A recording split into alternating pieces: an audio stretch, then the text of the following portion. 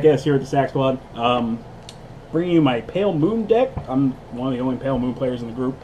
We're going to start with the starter. Cat Knight in high boots, Puss in Boots. He's real simple. He doesn't have the Forerunner ability. When you ride something over him at the grade 1, essentially he's going to stay in the soul. But when you stride on top of him, what's going to happen is he'll have the ability to then come out from soul, and when he's placed on the rear guard from soul, you're going to call another unit from soul. So essentially, if I have, let's say we have a stride unit, I ride or call the stride unit, he's going to come out and get to call another for free. It's really great for making combos, especially later on with like purple trapezes, as you're going to get a lot of plussing when you don't have all cards in hand. Next, we're going on to the grade 1s. For the PG, we are running Hoopmaster. There is argument for running the PGG. However, with the Magia build, you're not really going to be counterblasting a lot. And this gives you options against, say, like Shadow Paladins, which is one of our harder matchups, where if they sway, or say swing with the rear guard, and you happen to have one, you can then PG with her, counterblast one, call a unit, you would say call Cat, call another unit, that gives you 2 to retire for Diablo. It just gives you more options, and personally I like it better. Next we're going into our Stride fodder. This is a Stride-based deck, and Harry is our main Vanguard. So we do run 4 Stride fodder, the Masquerade Bunny. Pitch for cost, it counts as a grade 3. Really simple, place it on the rear guard, you can search for Harry, and Harry is needed for a lot of different cards, including the one coming up, which is Cutie Paratrooper. We run her at 4, Cutie Paratrooper. When you have a Harry Vanguard, she gets called out from Soul, you can Soul Charge one, call another unit, give it +5. So it builds really good columns, especially with Darkside Princess. Since she gives herself another +5, she turns into a 31k column. It's good for numbers, good for early pressure. Next we have 1 copy of Intensely Sweet Clown. It's for those turns where we have to ride, say, Flying Parrington. Parrington doesn't really mesh well with Cutie Paratrooper, as they call into the same columns, but he does give the additional +5. So if you did have Parrington and say him and Soul, you can still build a rather large column. 31 because of the extra +5 and +5 for the on stride. Then lastly, we have 2 copies of Purple Trapezes. Purple Trapezes just gives us options, as with Cat, Puss in Boots. If we say go and call out Puss in Boots, we can then call him from Soul, call out a Trapezes, put Cat back in, call out Cat, call out another Trapezes, put the Cat back in, call the Cat back out, and call out another unit. So you just got 4 units to the field for essentially nothing. It gives you a lot of great options, and it does set up for some other plays where if you can't get Cutie Paratrooper into the Soul right away, you can put her on the field, put out Trapezes, still get the 6k booster, and get her into Soul to set up for later plays. Okay, so we're going into the grade 2s, and we're going to start off with Card Dealer. Jacqueline lets you extend attacks. If you were able to build her up, then you say have Darkside Princess in 1 column, which we'll get to later. You could use her, put her into the Soul, use Card Dealer, call her back out, and just build an extra attack. And with this not counterblasting a lot, it does, again, just give us a lot more pressure. I didn't see that. Next we're going into Flying Parrington. Parrington lets you, when he's called to the field, you Soul Charge 1, call another unit behind him. And again, with units like Flying or Purple Trapezist and Intensely Sweet Clown, it lets us either build great columns or get off combo plays where then we call out Trapezist, put Cat back in, call out Cat, call out another unit, and just start building columns. Lastly, we run one of the better cards of the deck, and that is Darkside Princess. Darkside Princess, when she attacks the Vanguard, you can give her +5. At the end of the battle, she goes into the Soul. Grade 2, if you can get, say, like a Parrington out, and then her, or if you get 2 of her into the Soul, you can put 1 in rear guard column, swing with the Vanguard, hope for a trigger. If you get nothing, you still get a +5, and you still build your Soul for later on. And with this, it's one of those ones where Cutie Paratrooper and Parrington, you can have her just popping in and out of the field, and especially with some of the stride zones. Okay. Alright, so our main grade 3 is Harry. It is a Harry-based deck. With Harry, his GB2 is when I swing, I can call a unit from my Soul and give it +3k. With something like Cutie Paratrooper, if you get into a bind, you can't stride, you can still swing with him, call out the Paratrooper, Soul Charge 1 for Paratrooper skill, call out another unit, build a column out of thin air. And that's really one of the key strengths to the Magia deck, is being able to use your hand for defense, but keep your soul for offense. Our backup grade 3, we did have a choice, and we went with the Flying Manticore. There is another one, Silverthorn Assistant, I believe, where when she's put on Vanguard, what we can do is we can choose any card from our deck and put it into our soul. Flying Manticore, however, with a lot of our deck being Magia based, he lets us counterblast 1, soul blast 1, and search the top 5 for a Magia unit. A lot of the deck relies on being Harry, so you can find Harry, put Harry on the Vanguard the next turn, and set yourself up for better plays. Manticore isn't bad, especially with Cat, because you do get to still build columns. Mephisto Stride still lets you build columns. However, you do want to be on Harry. If you're not on Harry, a lot of your games will go pretty badly for you. Next, we're going over our trigger lineup. We do run 4 heals in the new format with G Guardians.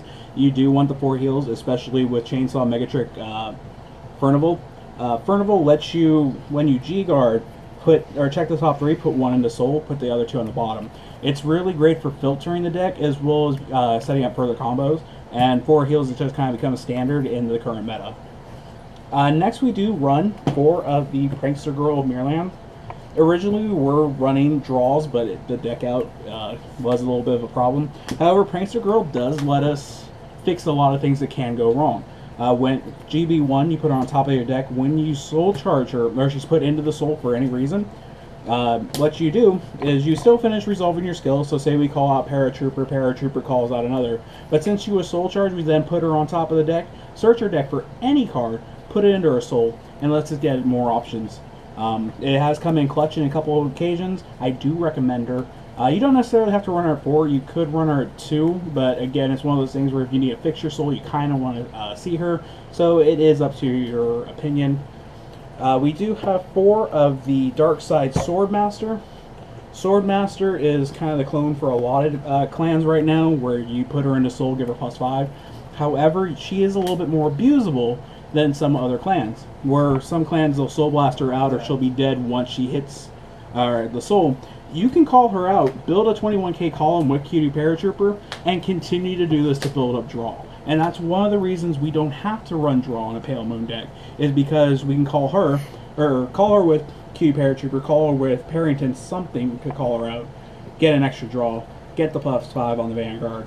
It builds better columns and gives you more options as, again, your hand will grow. Lastly, we're running Silverthorn Assistant Dixie. A lot of people run the other critical trigger that gives the Poison Juggler, where you put it into the soul and you get +3. Silverthorn Assistant is one of those cards where Bushy has stated that on its ruling you can pay her cost without being on Silverthorn Vanguard. What that does is if you accidentally soul charge her, you can then call her, say with the Cat ability, put her back into the deck and shuffle. For me, with the columns that you build with your strides and with Cutie Paratrooper other units, it does let you build up power columns where that extra 3k is not going to come in handy. But with decking out things like that, putting an extra trigger back into your deck has saved me in a couple games. I do recommend Silverthorn Assistant. You can still run Poison Juggler. Be prepared though for people to call you out on this. Again, I as I said, Bushy has stated, and I have a personal email that I carry around with me, that you can pay this cost for it. You can pay this cost, not use the ability because it misses that timing check, or not timing check, but check for if you have a Silverthorn call 1 out from Soul, but you can put it into your deck again and just filter back a trigger. Yeah, I'm going to take one of these. Okay, so last up, guys, we do have our G-Zone. We are in the 16 G-Zone format. We start off with Chainsaw, Megatrick, Furnival. I was running Screw You. Dismal's not really needed, as you don't really leave out any rear guards. The extra shield on Screw You is nice. I might go back to running at least one. But Chainsaw, Megatrick, Furnival, what he does is you check the top 3, put 1 into Soul, and as long as it's a grade 1 or higher, what you're going to do is give you +5, but you're also filtering the deck. Furnival is probably one of the better G-Guards that was actually released in the Fighters Collection. Again, you can run Screw You, but I do run 4 of the Furnivals, again, just to kind of fix my soul situation. If I have to G-Guard, it's either I'm behind or I just don't want to take damage. But when you're behind and you can put or fix your soul, it does help out in later plays. Next, we do have 1 Seabreeze. We are a stride-based deck, and a lot of our units do require Generation Break. If you get into a grade 2 game, which really doesn't happen nowadays in today's format, but it can, or if they say miss a G-Assist, Seabreeze just lets you start to activate things, and Cat does work when you ride over her also. Next up, we do have Dragon Master Amanda. On hit, you Soul Charge, call a unit to the field. Pretty standard. It's one of our first stride options, although we really don't stride into her a lot, as we do tend to run a different card, which is this one here. Curtain Call Announcer Mephisto. Mephisto's axe skill is you turn up a copy of him. For every face-up unit with for every face-up Mephisto, you do gain +1 power to the board. But for every 2 that are face-up with the Magia ability, you can call 1 from Soul, give a +5. And there are times where you're later on in the game having different Magia units in there. You use the final 2 Mephisto. You can make a great push because you give +5 to the 2 rears. Say you call out the Paratroopers, that's another +5. Say you call out Darkside, that's another +5. So that's 31k columns just for axe skill, no counterblast. We do run 1 Miracle of Luna. Clifford, he's okay. I'm actually trying to get another Amanda to probably replace him just for a Magia unit. But again, it's another on hit. You call a unit from Soul, give a +2. It's not very exciting, but we don't have a whole lot of options. We do have Jester Demonic Dragon, Lunatic Dragon, +2 to the board when you start calling things from Soul, but he does gain a critical. Depending on your opponent's hand, this can win you a game, as the power that you're going to be building on your rearguard columns plus the critical there is enough to end it. It's really kind of a tough decision sometimes between going the new one from Fighters Collection, Dream Axial Millward, or going to Lunatic Dragon. It really depends on the situation of the game and your opponent's hand. We do run 2 copies of Dreaming Axial Millward. When you use her ability, you use Soul Blast, and then choose a unit in your G zone, turn it face up. Doesn't have to be her, which is really nice because then you can flip the Clifford, you can flip the Amanda. But if you have an extra 1 face up of her, you can choose a unit. If it hits, you can call another unit. But she does call 2 cards, give them +4. So again, you can do the combos with the Q2 Paratrooper, build power columns. They only hit 30k, but that's still a lot for your opponent to have to deal with. And then finally, we do have 1 Dragon Masquerade Harry. Harry is a GB3. You counterblast 2, and then choose a unit from your field, put it into your soul. You then call out 3 units. If you have 5 units at the end of that, you put 2 of your opponent's units into the soul. There is a lot that goes on with Harry, but Harry can save you in a lot of situations where either your rearguard, their opponent's rearguard is important, or you need to get to 5 attacks because you can swing, build the columns again on his swing, have 2 more, do your drive checks. Essentially with the G-Zone, Harry is kind of one of those ones where you're not going to stride into him a lot. That's why you can run him at 1.